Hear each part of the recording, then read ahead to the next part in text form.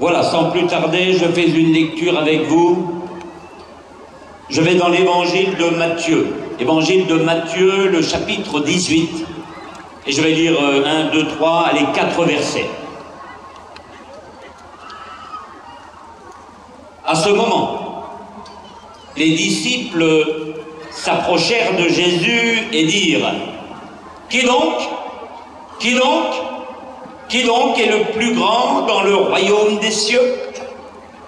Jésus, au verset 2, Jésus, ayant appelé un petit enfant, le plaça au milieu d'eux et dit: « Je vous le dis en vérité, si vous ne vous convertissez et si vous ne devenez comme les petits enfants, alors vous n'entrerez pas dans le royaume des cieux. » Le verset 4 et le dernier verset, c'est pourquoi, dira le Seigneur, c'est pourquoi quiconque se rendra humble comme ce petit enfant, alors sera le plus grand dans le royaume des cieux. Amen. Amen. Lecture qui nous est familière, lecture qui a été prêchée maintes et maintes de fois. Nous avons le droit de nous imaginer la scène. Jésus est en train d'enseigner, les gens sont autour de lui, et soudainement, une question va être posée. Oh, la vilaine question! Oh, la vilaine question orgueilleuse, mon frère! Oh, certainement que cette question a dû déplaire à Jésus. D'ailleurs, la suite du verset me le confirme. La question orgueilleuse va être levée: Seigneur, qui sera le plus grand dans le royaume des cieux? C'est qui sera le plus grand, Seigneur? C'est qui sera le plus beau? C'est qui sera la plus belle, Seigneur? C'est qui? Oh, c'est bien nous, ça, hein? C'est bien les hommes, ça, que voulez-vous? De s'inquiéter, de savoir, de rechercher, à savoir qui sera le plus beau, qui sera le beau Gavallo, la belle Gavalie. Seigneur, c'est qui le plus grand? Ça sera qui aura le meilleur poste, la plus belle fonction? Seigneur, c'est qui le plus grand? Pauvre malheureux. Alors Jésus va répondre à cette question pour le moins orgueilleuse, et il va répondre d'une façon assez surprenante, puisque Jésus va se servir d'un petit enfant. Il va le prendre dans ses bras. Évangile de Matthieu, chapitre 18, ne le dit pas, mais nous avons cette histoire qui a été aussi citée dans les deux autres évangiles, l'évangile de Marc, chapitre 9, et l'évangile de Luc, au chapitre 9 aussi. La différence, c'est que dans Marc, Jésus prend le petit enfant dans les bras. Donc il n'est pas question d'un adolescent, mais bel et bien d'un petit enfant. Et Jésus va prendre le petit enfant dans les bras et il va regarder les gens qui sont les disciples qui lui ont posé cette question orgueilleuse, et puis certainement d'un ton fâché. Le Seigneur va leur dire: je vous le dis en vérité, si vous ne vous convertissez, parce que pour poser des questions comme ça, frère, faut pas être converti. Si vous ne vous convertissez et si vous ne devenez comme, imaginez-vous, le petit enfant est dans ses bras, si vous ne devenez comme ce petit enfant, alors vous n'entrerez pas, ça chauffe, copain, c'est salutaire, vous n'entrerez pas dans le royaume des cieux. Eux qui voulaient savoir qui sera le plus grand, eux qui voulaient avoir la meilleure place, le meilleur poste, Jésus leur dit: et les gars, vous rentrez pas si vous ne devenez pas comme les petits enfants. Je vous laisse imaginer la stupeur, la frayeur des disciples. Jésus vient de les renvoyer littéralement à la maternelle spirituelle. À la maternelle spirituelle.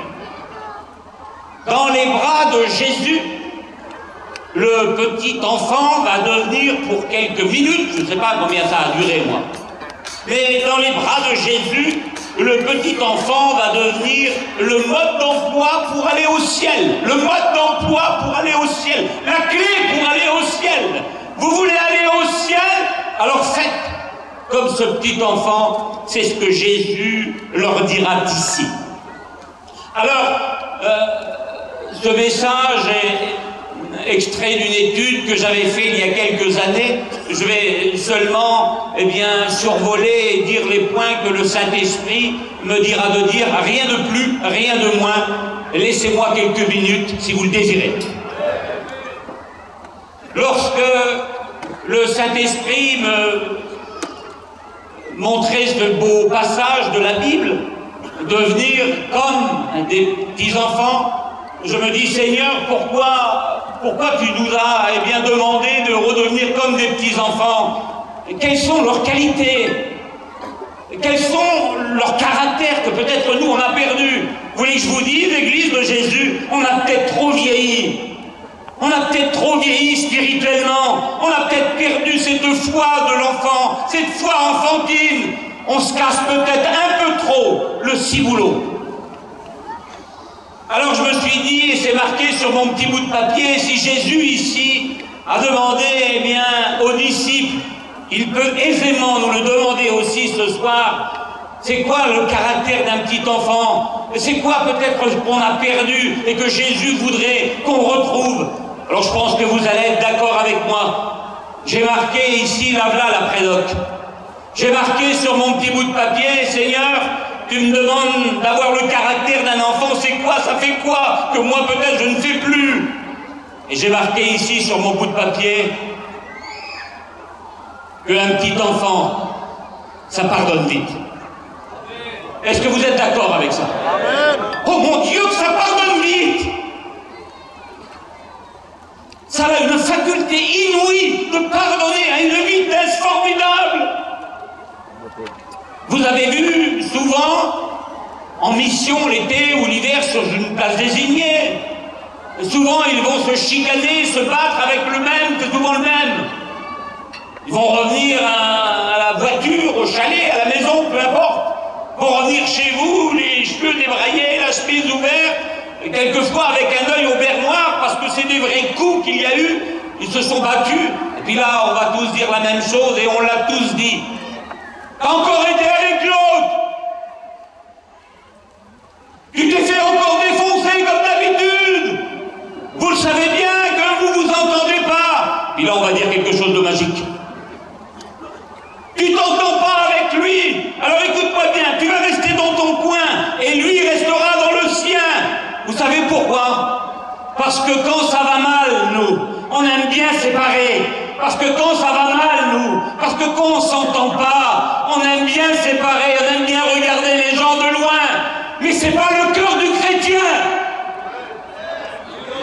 Amen. Mes sœurs, à peine n'êtes-vous pas retourné à votre vaisselle, à votre ménage. Il fait quoi le gamin que t'as puni dans son coin? Il fait quoi le gamin? Eh bien, il repart avec son pote.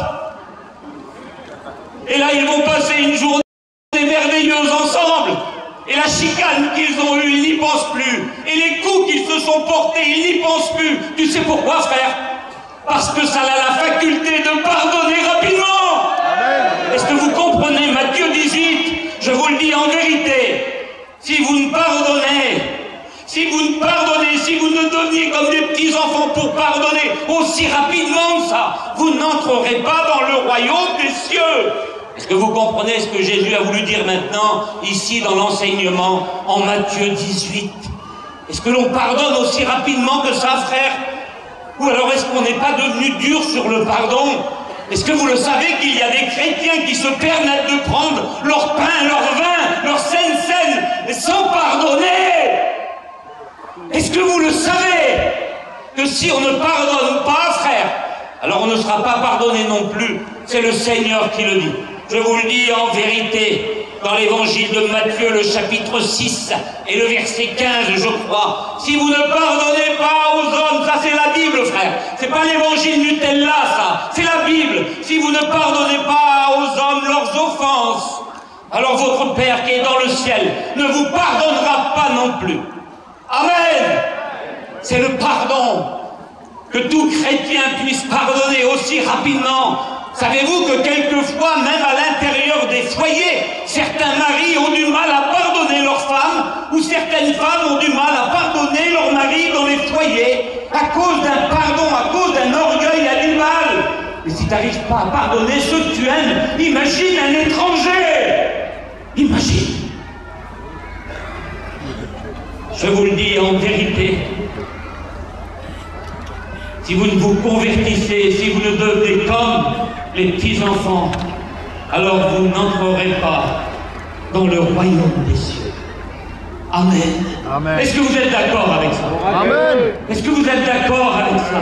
Amen. Mais quel bonheur de la réconciliation.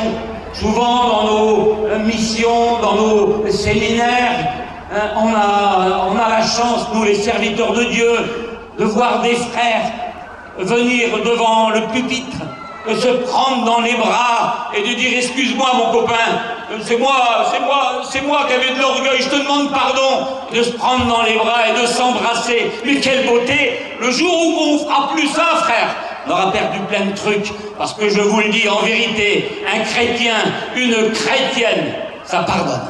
Amen. Amen. Je vous donne un autre exemple rapidement.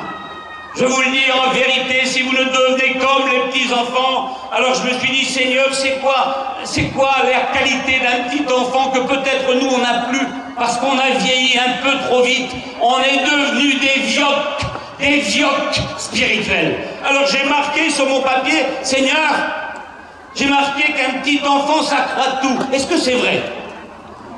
Un petit enfant ça croit tout, ça gobe tout. Oh, t'as pas besoin de lui faire un scénario bien ficelé. Tu lui as dit, il le croit. Un enfant, frères et sœurs, a la faculté de croire tout simplement. Parce qu'il l'a entendu, il le croit. Est-ce qu'on n'est pas devenu un peu trop compliqué avec l'évangile, frères et sœurs? Est-ce qu'on a toujours des cœurs aussi simples à croire la parole de Dieu dans toute sa simplicité? Ou alors on a besoin d'entendre des personnes spéciales? Ou alors on a besoin d'aller dans des lieux spéciaux pour être bénis, d'organiser des soirées spéciales pour écouter l'évangile. On a besoin de se faire des petites réunions resto, écouter la parole de Dieu entre deux beignets de crevettes et deux rouleaux de printemps. On est devenu dur, frère. On est devenu compliqué avec la parole de Dieu. Crois seulement. Amen. Crois seulement. Et tu verras la gloire de Dieu. Oh, c'est la foi d'un enfant. C'est la foi enfantine. Je disais ce témoignage, et d'ailleurs je le redis ce soir parce que je suis poussé à le dire. Témoignage d'une sœur sédentaire. Ça s'est passé dans les années 50, 60, c'est un vieux témoignage véritable. Cette sœur sédentaire, chrétienne sédentaire, était de chez moi, de la Bretagne. Elle vivait dans un petit pays de campagne et elle était commerçante. Elle avait une petite boutique, comme il n'y a plus aujourd'hui. Ces petites boutiques qui avaient seulement une porte avec une toute petite vitrine d'1 mètre carré. Et puis dans sa petite boutique, dans son épicerie, c'était compliqué pour elle lorsque c'était le moment que le soleil vienne éclairer. Il n'y en a déjà pas beaucoup en Bretagne du soleil. Lorsque c'était le moment de recevoir quelques rayons du soleil, il y avait juste sur le trottoir d'en face de sa boutique, juste en face d'elle, eh bien, une espèce de petit monceau de granit, comme il y en a beaucoup en Bretagne. C'est pas des montagnes, mais c'est des petits monts, des espèces de petites montagnes. Et puis cette petite montagne lui bouchait, lorsque le soleil venait, elle était assez haute malheureusement pour boucher les rayons du soleil, et sa boutique restait constamment dans le froid. Sa boutique constamment est restée dans l'humidité. Et v'là-t-il pas que cette brave sœur un jour a été à la Réunion. Et son pasteur était en train de prêcher sur la foi d'un enfant, la foi enfantine. Et le pasteur était en train de lire le beau verset que vous connaissez tous. Si vous auriez de la foi comme un grain de sénévé, vous diriez à cette montagne, déracine-toi et va te jeter dans la mer, elle le ferait. Est-ce que vous croyez à ça, frères et sœurs?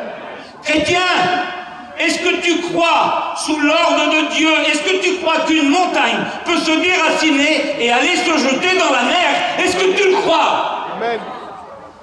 Église de Jésus, est-ce que vous le croyez vraiment? Est-ce que vous le croyez qu'une montagne est capable de se déraciner et d'aller se jeter dans la mer? Eh bien moi je vous le dis ce soir, lorsqu'on ne croira plus ça, on ne croira plus grand chose. Au nom de Jésus, je vous le jure, que moi je le crois, qu'une montagne peut se déraciner et aller se jeter dans la mer.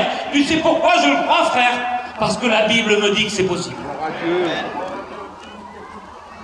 Un jour, cette brave sœur dans son épicerie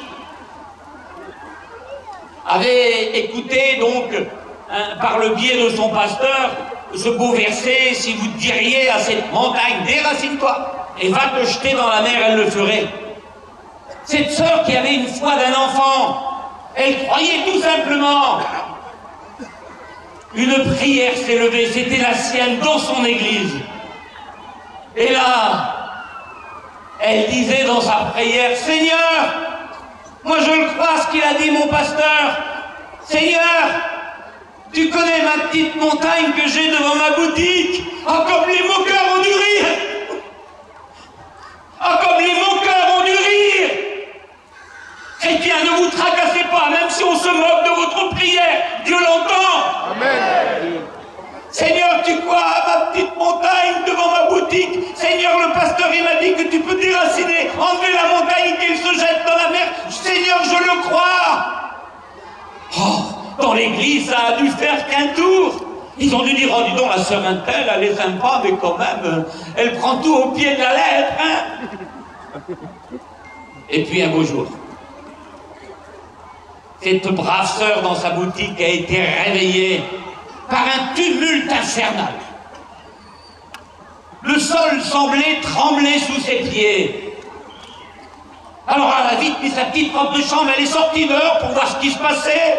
Et il y avait devant chez elle des tractopelles, des bulldozers qui étaient en train de démolir la montagne, le petit monceau de pierre qui était en train de le démolir. Monsieur le maire venait de signer pour faire un air de jeu pour les enfants jusqu'ici. Je sais pas c'est quoi ta montagne, mon copain, mais je te jure que Dieu est capable de l'arracher.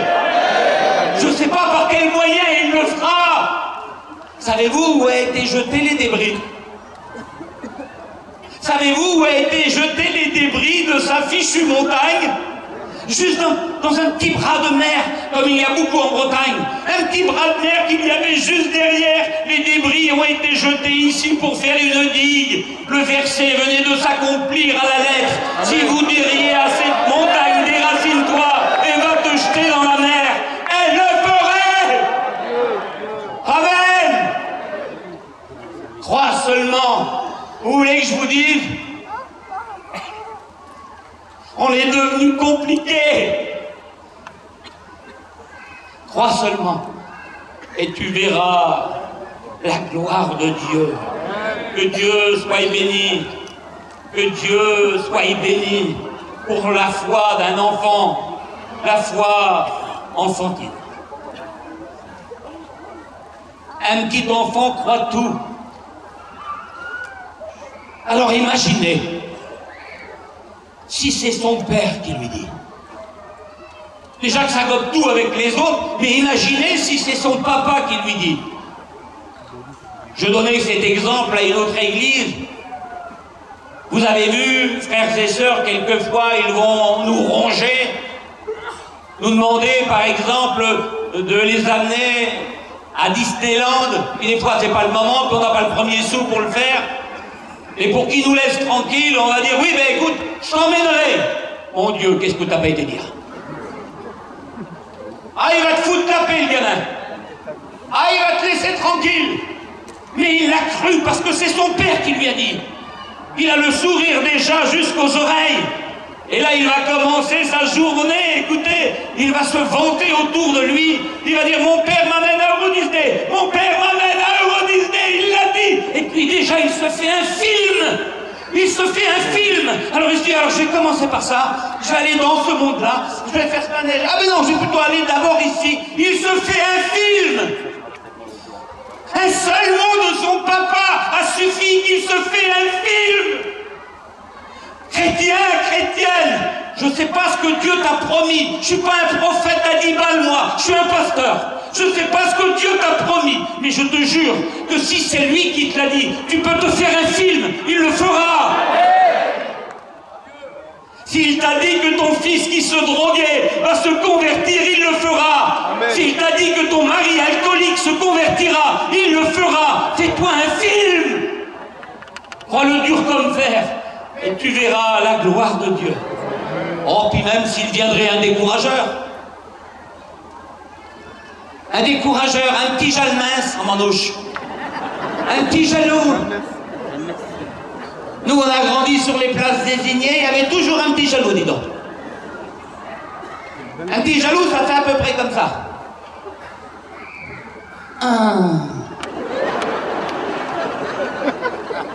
Comme si que ton père, il va t'emmener. Tu as vu les petits jaloux, là? Elle est écrasée la gorgonnée, là, tu les as vus, celui-là? Il y a toujours un sur une place désignée. Comme si que ton père, il va t'emmener. Il a dit ça pour que tu le laisses tranquille. Et là, le petit, parce qu'il croit dans la parole de son père, il sera capable de défendre la parole de son père. Il dira non! Mon père, c'est pas un menteur! Mon père, c'est pas un menteur! Chrétien, lorsqu'on viendra se moquer de vous, peuple de Dieu, lorsqu'on viendra vous débiner, ricaner de vos prières, et bien que vous puissiez défendre la parole de votre Père qui est dans le ciel, en disant mon Père, c'est pas un menteur! Ce que sa bouche dit, son bras l'accomplit. Amen. Amen. Alléluia.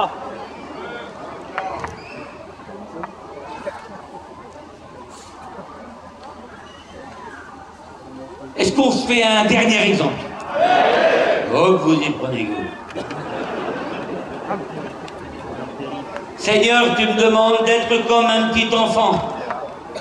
Alors, un petit enfant, ça pardonne vite, je suis d'accord.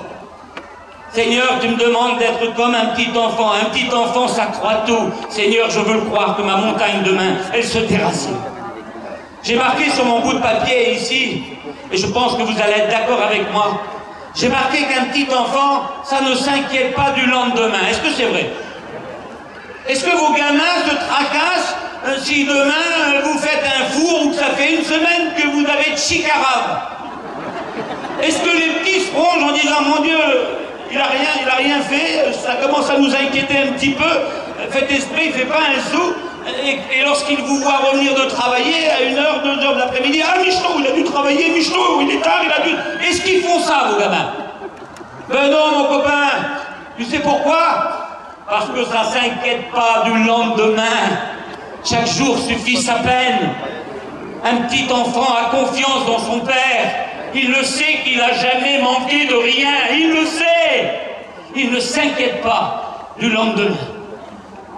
Avez-vous un placard à gâteau dans le camping? Eh oui, tout le monde a un placard à gâteau dans le camping. Lequel de vos petits-enfants, lorsqu'ils se précipitent dans le placard à gâteau et qu'ils voient avec effroi que le placard est bien vide à gâteau, qu'il reste un paquet avec une part, c'est souvent 4 la part, et qu'il se dit oh là là, mon Dieu c'est vide, il ne reste plus qu'une part, si des fois ils vont pas aux commissions, je suis marron pour demain, j'en prends 2, on ne sait pas des fois, je m'en garde 2 pour demain. Est-ce qu'ils font ça? Ils font ça? S'ils font ça, ils sont précoces, ils vont y arriver. Mais non, ils ne le font pas. Il se prend le paquet puis il se le tape, tu sais pourquoi? Parce qu'il ne s'inquiète pas du lendemain. Est-ce que vous comprenez ce que Jésus a voulu enseigner en Matthieu 18 ici? Je vous le dis en vérité, si vous ne vous convertissez et si vous ne devenez comme les petits enfants, vous n'entrerez pas dans le royaume des cieux. On se tracasse aujourd'hui pour un lendemain qui ne viendra pas. Je le répète. On se tracasse aujourd'hui pour un demain qui peut-être ne viendra pas parce que tu seras peut-être mort demain. Ou peut-être parce que le Seigneur sera revenu demain. Alors on se pourrit le aujourd'hui. Combien malheureusement se verront fermer les portes du ciel parce qu'ils se tracassent pour le aujourd'hui. J'ai marqué sur ma petite feuille, oui Seigneur, un petit enfant, ça ne s'inquiète pas du lendemain. Évangile de Matthieu, chapitre 6, elle dira, ne vous inquiétez pas de ce que vous serez vêtus, Ne vous inquiétez pas de ce que vous allez manger. Frères et sœurs, j'aimerais vous dire une chose. Vous avez été pris en charge par le ciel. Vous avez été adoptés par le plus riche des papas. Je vous jure que rien ne manque à celui qui craint Dieu. Arrête de t'inquiéter, mon frère. Arrête de raconter des conneries dans ton travail. Arrête de raconter des conneries dans ton travail. T'as pas besoin. La Bible me dit qu'il nourrit les petits oiseaux du ciel. Et la Bible me dit que tu vaux plus cher qu'un moineau. Gloire à Dieu. Je te jure que demain, il y aura des gâteaux dans le placard. Je te jure que demain, il y aura... T'as pas besoin de magouiller. T'as pas besoin de frauder. T'as pas besoin de mentir. Frère, t'as pas besoin. Je refuse cet évangile du Lidl. Le ciel nous a pris en charge et il sait ce que nous avons besoin. Amen. Crois-le de tout ton cœur. Crois-le, chrétien. Ne t'inquiète pas du lendemain. Méfiez-vous des cadeaux du diable. Le diable ne veut pas vous marave, hein. Le diable, il veut vous nourrir. Ça a été son plus grand rêve. Il veut vous nourrir. Il a voulu nourrir Jésus dans l'évangile de Matthieu au chapitre 4. Alors il ne va pas se gêner avec toi, copain. Il a voulu nourrir le roi des rois, le Seigneur des seigneurs. Si tu es le Fils de Dieu, ordonne que ces pierres deviennent des pains. Les pierres du compromis, les faux pains, les falches, les pains de la fraude. Et je bénis le Seigneur pour la réponse de Jésus. Jésus dira ici avec assurance, l'homme ne vivra pas de pain seulement, mais de toute parole qui sort de la bouche de Dieu. Amen. Refuse les pains pourris du diable. Ces pains sont aussi pourris que lui. La Bible m'autorise de l'appeler le pourri parce que dans le livre d'Ésaïe, me dit que sa couverture sera faite de verre. De verre. Faites attention avec les cadeaux du diable. Ne vous laissez pas nourrir par le compromis. Acceptez seulement ce qui sort de la bouche de Dieu. Parce que quand ça sort de la bouche de Dieu, c'est propre. Quand ta nourriture, quand ton steak frites, frère, quand ton roast beef puré, frère, quand ça vient du ciel, alors oui, tu pourras fermer tes petits yeux à table devant tes gamins et de remercier et de rendre grâce pour la nourriture que tu as dans ton plat, parce que c'est une nourriture qui vient du ciel. J'avais donné cette image, elle est amusante, elle est ludique, et à combien qu'elle nous fait découvrir à quel point que ce qui sort de la bouche de Dieu c'est propre, et ce qui sort de la bouche du diable c'est pourri. Lorsque Jésus dira au diable, l'homme ne vivra pas de pain seulement, mais de toute parole qui sort de la bouche de Dieu. Jésus est en train de dire ici au diable, verbalement, écoute, si mon père un jour dans le désert a nourri 3 millions de personnes pendant 40 ans, moi ici je suis dans le désert de Judée, je suis tout seul. Alors s'il a été capable de nourrir tant de gens, il me nourrira à moi. Amen. Amen. Quand ça sort de la bouche du Père, frères et sœurs, rends grâce. Rends grâce quand ça sort de la bouche du Père, quand la nourriture sur ta table est une nourriture ici de toute fraude, exempt de toute magouille, alors oui, tu pourras rendre grâce. C'est de la nourriture propre. J'avais donné cette image de ce petit bébé. Avec ma femme, nous avons élevé 4 enfants, et puis je crois que tous les papas l'ont fait, ce que je vais dire maintenant. Vous avez vu quand les petits, eh bien on a peur quand on fait leur petit plat, leur petit pot, quand on a peur eh bien, que ce soit trop chaud, on se met la cuillère dans notre bouche, et puis c'est pour voir si c'est chaud avant de le donner au gamin. On a tous fait ça. Est-ce que ça vous écœure, mes frères, de faire ça? Est-ce que ça vous écœure de mettre la cuillère dans votre bec et après de le donner au petit? Est-ce que c'est écœurant pour vous? Eh non, frère. Tu sais pourquoi c'est pas écœurant? Parce que c'est la bouche du Père. Imagine maintenant si Bertrand, Jean-Luc ou Bernard viendraient, ton cousin, prendrait la cuillère, il se la mettrait dans le bec et puis il voudrait donner ça à ton petit. Tu dirais, qu'est-ce que tu fais, vilain, là? Arrête-moi, tu te mets la cuillère dans la bouche, tu donnes à mon petit, va-t'en là, vilain, va-t'en. Et t'aurais raison, tu sais pourquoi? C'est pas la bouche du Père. Et quand ça sort pas de la bouche du Père, frère, c'est sale. Mais quand ça sort de la bouche du Père, c'est propre. Est-ce que tu comprends pourquoi Jésus a dit, l'homme ne vivra vivra pas de pain seulement, mais de toute parole qui sort de la bouche du Père. Amen. Alléluia. Mon Dieu, vous êtes là de chaud. Attends, je prie avec vous et je finis.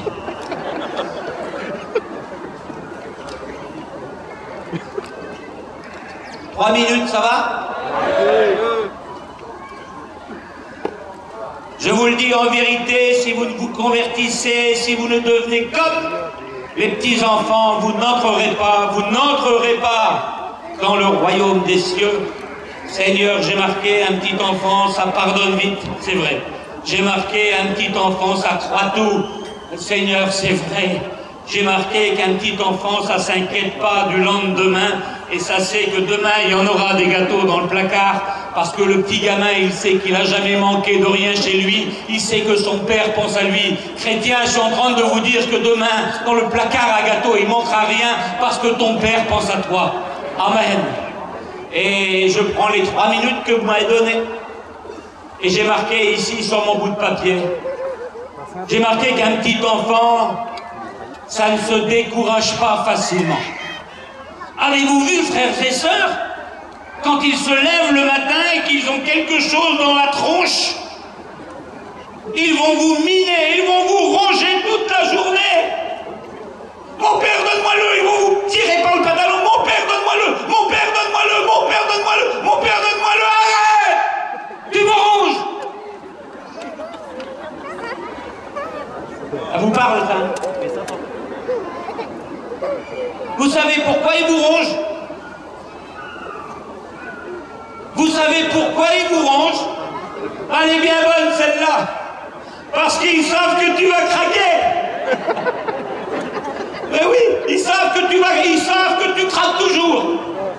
Quitte à se prendre une gifle, quitte à se faire un gronder et puis eh bien mettre au coin, puni quelques secondes, quelques minutes. Ils savent que tu vas craquer. Ils rongent parce qu'ils savent que le cœur du Père, il craque toujours. Église de Jésus, la Bible m'autorise à vous prêcher ça ce soir. 4 ou 5 exemples dans la Bible. Des personnes ont reçu parce qu'ils ont rongé Dieu. Des personnes qui ne devaient pas recevoir parce que c'était pas dans le plan de Dieu, mais tellement qu'ils ont rongé, tellement qu'ils ont importuné, tellement qu'ils ont insisté, alors le cœur du Père a craqué. Rappelez-vous de la maladie d'Ézéchias, malade à mourir, et là, eh bien, l'homme de Dieu vient lui dire, écoute, donne des ordres à ta maison parce que tu vas mourir. Et là, la Bible dit que cet homme de Dieu va commencer à pleurer. Il va dire, Seigneur, non, je ne veux pas. Seigneur, rappelle-toi comment j'ai travaillé pour toi. Seigneur, rappelle-toi, j'ai fait ceci, j'ai fait cela. Et là, il va commencer à ronger Dieu. Et le cœur du Père, il va craquer. Il va rappeler l'homme de Dieu, Isaïe. Oui, Seigneur. Allez, il va lui dire que je lui redonne 15 ans de plus. Il fait que de ronger. Le cœur du Père, il craque. Amen. Faites connaître, dira la Bible, tous vos besoins. Faites connaître par des prières et des quoi? Et des supplications, mon copain. Des fois, la prière n'est pas assez, je suis désolé, hein. Des fois, la prière, c'est pas assez. Des fois, le Père voudrait qu'on le ronge. Des fois, le Père voudrait qu'on le supplie. Une supplication, c'est se mettre à genoux. Seigneur, je t'en supplie, mes petits sont pas sauvés. Seigneur, toi, mes petits sont dans le monde. Est-ce que tu ronges Dieu pour tes gamins? Est-ce que tu ronges Dieu pour tes gamins? Ou est-ce que tu fais une petite prière comme ça, éco plus? Petite prière aussi rapide qu'un signe de croix. C'est pas ronger Dieu, ça. C'est pas ronger Dieu. Je te jure que quand on veut vraiment, on ronge Dieu, on se met à genoux, on mange le goudron et on dit Seigneur, bénis-les. Je ne sais pas à qui je parle ce soir.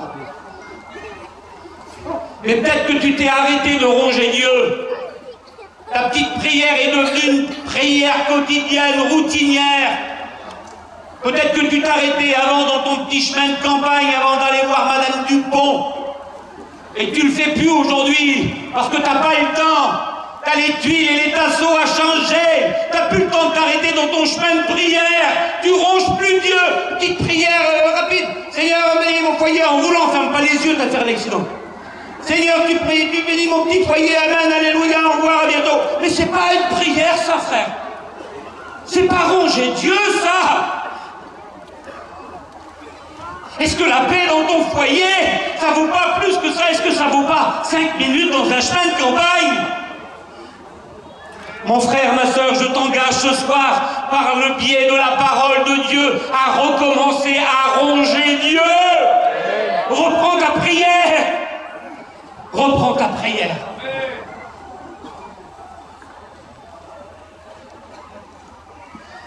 Je dis juste ça. Moi et ma femme, quand c'était l'époque de Noël, quand les petits étaient enfants, aujourd'hui ils sont mariés, je disais à ma femme, quand c'était l'époque de Noël, bon, t'es sûr, ils veulent quoi les petits? T'as demandé quoi? Il y a quoi? Alors ils veulent quoi? C'est quoi qu'ils veulent? Alors elle me disait, ben écoute, elle veut ça. J'étais sûr, parce qu'à l'époque, c'est pas comme aujourd'hui. Aujourd'hui, on peut aller ramener, on est remboursé ou on est échangé. À l'époque, c'était pas si facile que ça. Quand t'avais acheté, c'était pour ta femme. Alors, comme j'avais pas trop de lové, je disais, t'es sûr, elle veut ça? Parce que des fois, ils ont des lubies. J'étais sûr, il veut ça. T'es sûr, elle veut ça, la petite? T'es sûr? Oui, elle le veut. Elle l'a découpé, elle l'a mis dans un livre, elle l'a collé, elle le veut, mon Dieu. Elle m'a rongé pour ça. Alors le père, avec son cœur de père, moi, je mettais ma main à la poche et puis j'allais acheter le cadeau. Et sur le cadeau, parce que c'était souvent le même rouleau de papier cadeau pour les 4 cadeaux, alors pour ne pas donner le cadeau à un autre, alors je marquais son nom. Quand c'était par exemple pour Caroline, je marquais sur le papier Caroline. Et je mettais le cadeau dans un placard. Et je donnais pas le cadeau avant, frères et sœurs. Je donnais le cadeau dans un jour particulier. Il y avait son nom dessus. Oh, quel narvalo que j'étais, j'aurais pu lui donner le cadeau pour qu'elle arrête de ronger puis que ça soit plus rapide. Mais non, je donnais pas le cadeau avant l'heure, frères et sœurs. Je donnais pas le cadeau avant le temps voulu, avant le temps marqué du 25 décembre.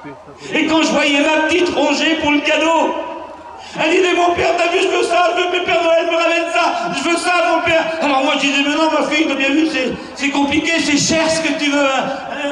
Choisis autre chose, tu ne l'auras peut-être pas. Et puis elle me rongeait. Puis moi j'étais content. Vous savez pourquoi? Parce que le cadeau, je l'avais déjà acheté. Et il y avait son nom dessus, c'était dans le placard. Et plus que je voyais la petite ronger, et plus que je me régalais. Et plus que je voyais la petite ronger, et plus que je me régalais. Tu sais pourquoi? Parce que je me disais, mon Dieu, quand je vais y donner, elle va pas être contente, elle. Chrétiens, Église de Jésus, je suis en train de vous dire que dans le ciel, il y a des cadeaux avec votre nom. Amen. Tu ne l'as pas reçu parce que c'est pas le moment. Mais si tu continues à ranger, le Père dans le ciel, il dira, bien plus que moi, il dira, mon Dieu, quand je vais y donner, mon Dieu, quand son mari va se convertir, mon Dieu, quand ça y est, son petit va chanter dans la chorale au lieu de se droguer. Est-ce que vous comprenez que dans le ciel, il y a des cadeaux que le Père a marqués avec votre nom? Ne vous arrêtez pas de ronger Dieu. Ne vous arrêtez pas. Que Dieu vous bénisse et qu'il vous encourage. Je vous le dis en vérité. Et je ferme la Bible parce que je vous l'ai promis. Je vous le dis en vérité, si vous ne vous convertissez et si vous ne devenez comme les petits-enfants, vous n'entrerez pas dans le royaume des cieux. Amen. Nous fermons nos yeux et nous prions Dieu. Amen. Seigneur, nous bénissons ton nom. Oh Seigneur, qu'est-ce qu'on a vieilli. Apprends-nous à pardonner, Seigneur. Mais pour qui on se prend? Aide-nous à regarder nos frères comme étant au-dessus de nous.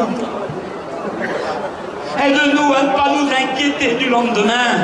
Aide-nous à croire simplement, quand un frère ou une sœur viendra nous apporter un petit verset le matin, qu'on puisse croire véritablement ce qui a marqué dessus. Seigneur, qu'on ne calcule pas comment tu vas le faire, mais qu'on s'attende à recevoir tout simplement. Seigneur, aide-moi aussi à continuer à ronger le ciel, à demander, parce que je sais que dans le ciel il y a un Père, qui a un cœur qui est meilleur que le mien, et que par mon insistance certainement, que le cœur du Père un jour il craquera. À toi revient toute la gloire pour cette belle soirée, et nous te disons merci Jésus, merci Seigneur. Amen.